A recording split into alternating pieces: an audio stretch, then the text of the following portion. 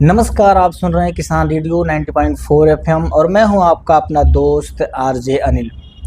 आज एक खास शो समर्पित है उन वीरों को जो हर मुश्किल घड़ी में आग से खेलकर अपने जीवन यानी हमारे जीवन और संपत्तियों की सुरक्षा करते हैं। जी हां, हम बात कर रहे हैं हमारे अग्निशमन दल की, जिनकी बहादुरी और सेवा को सलाम करने के लिए हर साल 14 अप्रैल को अग्निशमन सप्ताह की शुरुआत होती है। इस सप्ताह का उद्देश्य जागरूकता फैलाना, सुरक्षा उपायों को समझना और यह बताना कि संकट की घड़ी में कैसे सतर्कता और सजगता से बड़ा नुकसान टाला जा सकता है। ऐसे में आज हमारे साथ मौजूद हैं अग्निशमन केंद्र के इंचार्ज कन्हैया लाल यादव सर हैं। इससे पहले कि हम बात करें सर, आपका बहुत बहुत स्वागत है हमारे चैनल पर। अनिल जी, बहुत बहुत धन्यवाद। आप लोग हमारे फायर स्टेशन आए, आपका स्वागत है जी। और फायर सर्विस का आज हमारा अग्निशमन सेवा स्मृति दिवस मनाया जा रहा है जी। प्रत्येक वर्ष 14 अप्रैल को अग्निशमन सेवा स्मृति दिवस मनाया जाता है जी। 14 अप्रैल से 20 अप्रैल तक अग्निशमन सेवा सप्ताह मनाया जाता है जी। तो अग्निशमन सेवा स्मृति दिवस हम अपने उन बहादुर साथियों को श्रद्धांजलि देते हैं जो 14 अप्रैल 1944 को मुंबई बंदरगाह में जी। स्टीकन शिप नामक जलयान में भीषण अग्निकांड हो गया था जी। जिसमें लापरवाही से आग लगी थी, संभवतः सिगरेट पीने की वजह से जी। जिसमें हमारे 66 अग्निशमन अधिकारी कर्मचारी शहीद हो गए थे। उन्हें हम श्रद्धांजलि अर्पित करते हैं जी। और सच्ची श्रद्धांजलि ये है कि हम अग्निशमन संबंधी जन जागरूकता अभियान चलाते हैं जी। कि हम आग बुझाने के बारे में लोगों को अवगत कराएं सही तथ्यों से कि आग लगे ही ना, लग जाए तो उसको बुझाएं कैसे। जी। यही उनकी सच्ची श्रद्धांजलि उनके प्रति होगी। इसको हम सभी लोगों को सुबह जो है शोक परेड किया गया, श्रद्धांजलि अर्पित किया गया, अपने स्टाफ को बताया गया कि तन मन धन से जुट करके अग्निशमन कार्य करना ही उनके लिए सच्ची श्रद्धांजलि है। जी। तो सर, ऐसे में हम आपसे जानना चाहेंगे कि अग्निशमन सेवा सप्ताह के दौरान आपकी टीम किन किन जागरूकता अभियानों और गतिविधियों का आयोजन करती है ताकि आम लोग आग से बचाव और सुरक्षा के महत्व के तरीके को समझ सकें। अभी तो सुबह एक जागरूकता रैली निकाली गई थी। हमारी 2 गाड़ियां सुबह शहर के विभिन्न चौराहों पर जा करके और पंपलेट बांटे, पोस्टर बांटे जिनमें अग्नि सुरक्षा संबंधित उपाय लिखे हुए हैं जी। उनको वितरित किया गया ताकि लोग पढ़ सकें और उसका लाभ उठा सकें। इसके अलावा 14 से 16 तक 3 दिन का हमारा ये आयोजन होगा जन जागरूकता कार्यक्रम। क्योंकि अग्निकांड का समय है, इसमें हमारे अधिकारियों द्वारा 1 सप्ताह के बजाय 3 दिन ही किया गया है कार्यक्रम करने का समय दिया गया है। उसमें हम विद्यालयों में जाएंगे, बच्चों को जागरूक करेंगे, उन्हें निबंध प्रतियोगिता कराएंगे, चित्रकला प्रदर्शनी, इस तरह से उनको जागरूक करेंगे क्योंकि बच्चे ही हमारे भविष्य के जो है आने वाले समय में जो है भारत के अपने देश के कर्णधार होंगे। जब वो जाने रहेंगे आज कि कैसे आग बुझाया जाएगा तो बाद में उनको काफ़ी इसका लाभ मिलेगा और वो अपना कोई चीज़ सीखे हैं तो उसको दूसरे को ही बताएंगे, जागरूकता फैलाएंगे समाज में वो। तो इस तरह से वहाँ हुआ। बहुमंजिली बिल्डिंगों को देखा जाएगा, कहाँ क्या है, वहाँ कैसे लोग अगर कोई आग लगती है तो उसमें कैसे बचाव होगा, उनको जागरूक किया जाएगा। आग लगे ना, इसके लिए क्या उपाय होंगे उसको बताया जाएगा कि आग लगे ही ना, अगर लग गई तो उसको कैसे वो अग्निशमन कार्य करेंगे, बुझाएंगे। इन चीज़ों पर जो है लोगों को जागरूक किया जाएगा। जी। अच्छा सर, हम देख रहे हैं कि शहरीकरण के साथ साथ आग लगने की घटनाएं भी बढ़ रही हैं, तो ऐसे में नागरिकों को कौन कौन सी प्राथमिकता सावधानियां बरतनी चाहिए जिससे हादसे को रोका जा सके। शहरीकरण में अब हाई राइज बिल्डिंगें बहुत ज़्यादा हो रही हैं, बनाई जा रही हैं, इंडस्ट्री लगाए जा रहे हैं, तो निश्चित तौर पर अग्नि संशय बढ़ेगा। ऐसे में सबसे पहली चीज़ है कि हाई राइज बिल्डिंग है तो उसमें फायर सिस्टम लगाए जाएं, अग्निशमन उपकरण हों। कभी आग लगे तो तत्काल हमारे पहुंचने से पहले ही वो लोग आग को बुझा लेंगे। अगर नहीं बुझा लेते हैं तो हमारी सहायता करेंगे, हमें वहाँ पानी मिल जाएगा, हमें वहाँ फायर एक्सटिंग्विशर मिल जाएगा, तो हम जा करके अगर वो नहीं ऑपरेट कर पा रहे ठीक से तो हम उसको ऑपरेट करेंगे, उनकी मदद करेंगे, तो वहाँ हमें सहूलियत मिलेगा, तो हमें काम करने में भी आसानी होगी। और कमोबेश अगर वे प्रशिक्षित हैं, उन्हें ट्रेनिंग दिया गया है, हम लोग ट्रेनिंग भी देते हैं उनको हाई राइज बिल्डिंग वगैरह में, अगर वो ट्रेंड है तो वो खुद ही हमारे जैसे हैं वो आग को बुझा लेंगे। और जैसा कि अभी जल्दी घटना हुई थी एक होटल में, जी। तो उसमें लोग अपना काम भी किए, बुझा रहे थे, हम लोग भी गए बुझाए। जी। तो ऐसी स्थिति में अब शहरीकरण हो रहा है तो इंडस्ट्री लगेगी, तो बहुत तरह की इंडस्ट्री जो ज्वलनशील पदार्थ भी रखेंगे उनके अंदर होगा फैक्ट्री में, जी। तो उसके अकॉर्डिंग उनको फायर फाइटिंग अरेंजमेंट करना चाहिए। जी। अगर डीजल पेट्रोल का है, कहीं स्टोरेज है, तो वहाँ फोम के केमिकल्स होने चाहिए, नहीं तो पानी से आग बुझती नहीं है। तो जैसी चीज़ है वहाँ फैक्ट्री है उसके अकॉर्डिंग वो फायर फाइटिंग अरेंजमेंट करें, जी। ताकि आग लगने पर तत्काल उस पर प्रभावी नियंत्रण किया जा सके। जी सर, हम आपसे ये भी जानना चाहेंगे कि अग्निशमन कर्मी अपनी जान को जोखिम में डालकर हर चुनौतियों का सामना करते हैं, तो आप अपने अनुभव के आधार पर हमें बताइए कि इस पेशे में किन मानसिक और शारीरिक चुनौतियों का सामना करना पड़ता है।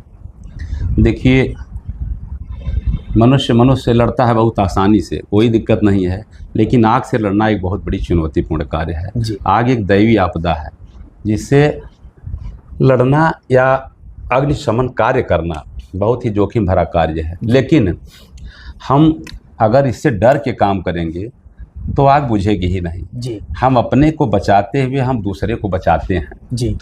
हम प्रशिक्षित हैं, इसलिए हम जानते हैं कि आग को किस तरह से बुझाना है। जी। उसे हम कंट्रोल कर लेते हैं। जी। बाकी जोखिम भरा कार्य है, धुएं भरे कमरे में घुसना है, जहाँ कुछ दिखाई नहीं दे रहा है, अंदर आग लगी हुई है। जी। और सांस लेना मुश्किल है, पता नहीं वहाँ क्या चीज़ जल रहा है, ये भी नहीं क्लियर लोग बता पाते हैं।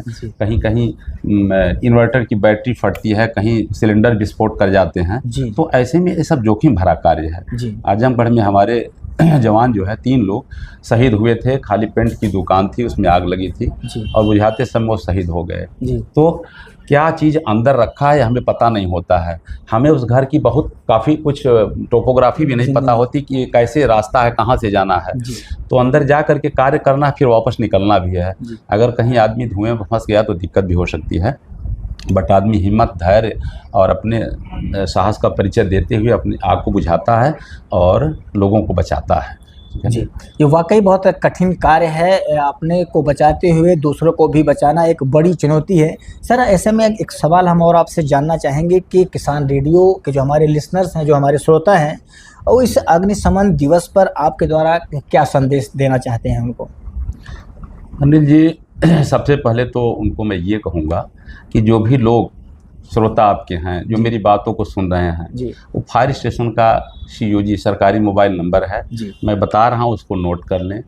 94 54 41 88 08। ये फायर स्टेशन बस्ती का COG सरकारी मोबाइल नंबर है। आप टेलीफोन करेंगे, बिना किसी लेट हमारी गाड़ी प्रस्थान होगी और हम तत्काल घटनास्थल पर पहुंचेंगे। वैसे तो आप 112 पर भी सूचना दे सकते हैं, देते भी हैं लोग, लेकिन वो सूचना पहले लखनऊ जाती है, लखनऊ से फिर हमारे ज़िले को रिटर्न होती है, उसमें टाइम लग जाता है। यदि आप 101 नंबर पर भी आप देंगे सूचना, तब भी हमें मिल जाएगा। तो अगर आप 101 और हमारे COG नंबर पर सूचना देते हैं तो सीधे हमें वो सूचना मिल जाएगी, हमारी गाड़ी तत्काल प्रस्थान कर जाएगी।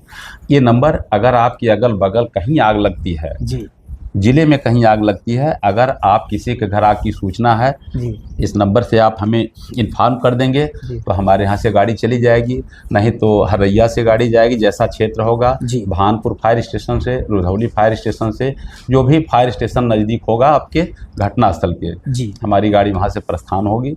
और अगर एक गाड़ी से काम नहीं चलता है, दूसरी जाएगी, तीसरी जाएगी, इस तरह से जा करके अग्निशमन का कार्य करेंगे लोग और आग को बुझाएंगे। तो ऐसा ये है। और दूसरी चीज़ यह है कि श्रोता जो भी लोग हों वे ध्यान रखें कि लापरवाही से आग लगती है। अब लापरवाही में बहुत सारी चीज़ें हैं। बीड़ी सिगरेट के टुकड़े को इस समय देहात में लोग अगर पी के नहीं बुझाते हैं, फेंक देते हैं, तो गेहूँ का डंठल जल जाता है।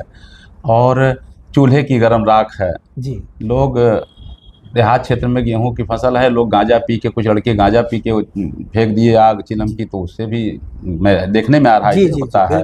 कोई मछली भून के राख छोड़ दिया, उससे भी आग लग रही है। तो पूरा कई किलोमीटर गेहूं की फसल बर्बाद हो जा रही है। सबसे खास बात यह है कि लोग डंठल न जलाएं।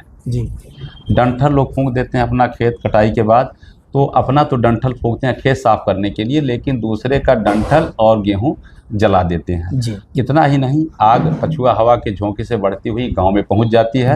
गांव के गांव जल जाते हैं और उसमें जानवर जलते हैं, मनुष्य जल जाते हैं और समझिए कि वो विनाश का कारण बन जाता है। तो सबसे प्रमुख चीज़ है कि डंठल कतई न जलाएं, उसे रोकें। बरसात होगी, पानी बरस रहा, उसके बाद जो उसको खेत की जुताई कर दें, उर्वरा शक्ति बढ़ जाएगी। तो ये सबसे फ़ायदेमंद रहेगा कतई, और डंठल को न जलाएं, ठीक है। और अपने घर सावधानी रखें। हो सके तो आप गैस सिलेंडर में आग लगती है, श्रोताओं के घर सबके यहाँ लगभग गैस सिलेंडर एलपीजी होगा, आप कतई घबराइए मत। आप सूचना दीजिए फायर स्टेशन को, और अगर फ्लेम सामने की है तो आप पीछे से उसका हैंडल पकड़ के और धीरे धीरे बाहर निकाल दीजिए। आप जलने भी नहीं, घर के बाहर करिए।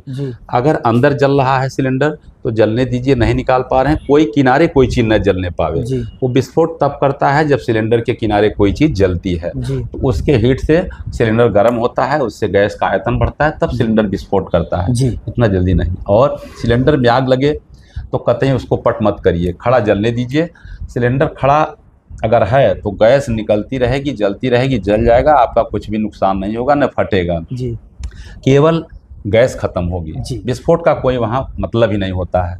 लेकिन अगर पट है तब दिक्कत है, और उसके किनारे कुछ जल रहा है तो विस्फोट होने के चांसेज होते हैं। इसलिए उसको बाहर निकालिए, गड्ढा है तो पानी में डाल दीजिए, वरना उसको जलने दीजिए बाहर। और हो सके तो बोरा चट से पानी भिगो के उसको ऐसे धोबी मारता है, ऐसे आप मार देंगे तो वो आग बुझ भी जाएगी। अगर उसका रेगुलेटर से गैस लीक कर रहा है, पिलास लीजिए, रेगुलेटर का बोल्ट घुमा दीजिए और वो गैस भी बंद हो जाएगी, तो आपका गैस निकलना बंद हो गया, आग भी आपकी बुझ जाएगी। ऐसा कर सकते हैं तो करिए, नहीं रिस्क ले सकते हैं तो फायर स्टेशन को सूचना दीजिए और गाड़ी जाएगी, आपकी आग पूर्णतः बुझाई जाएगी। मेरा दावा है, इसमें कोई शक नहीं है। अब तक बुझाया गया है, फिर बुझाया जाएगा। किसी तरह की आग हो हम बुझाने में सक्षम हैं, बस हमें सूचना समय से मिले और रास्ते की जानकारी जो भी है। रात में अगर आप सूचना दे रहे हैं तो रास्ते की सही जानकारी दीजिए। हो सके तो मेन रोड पर आ जाइए, जहाँ से ब्रांच रोड मुड़ना है। हमें रास्ते की जानकारी नहीं होती है, हमारी मदद करिए, हम जल्दी पहुँच जाएंगे, आपकी आग जल्दी बुझा देंगे। और मेरा सहयोग करें लोग, अगर फायर सर्विस के लोग कहीं आग बुझा रहे हैं तो मैं उनसे निवेदन करूँगा कि उनका पूरा समर्थन दें, सहयोग दें। जी, बहुत बहुत धन्यवाद सर। अभी आप सुन रहे थे फायर स्टेशन के इंचार्ज कन्हैयालाल सर को, जिन्होंने अग्नि सप्ताह दिवस के बारे में बहुत सारी जानकारी दी, कैसे उन चुनौतियों से पार पाना होता है, कैसे उनको बुझाया जाता है, और अपील भी किया कि अगर कोई ऐसी घटना आपके आसपास लगती है तो आप इनके COG नंबर पर आप कॉल कर सकते हैं, मदद कर सकते हैं। बहुत बहुत धन्यवाद सर, आपने किसान रेडियो को अपना अमूल्य समय दिया। धन्यवाद सर।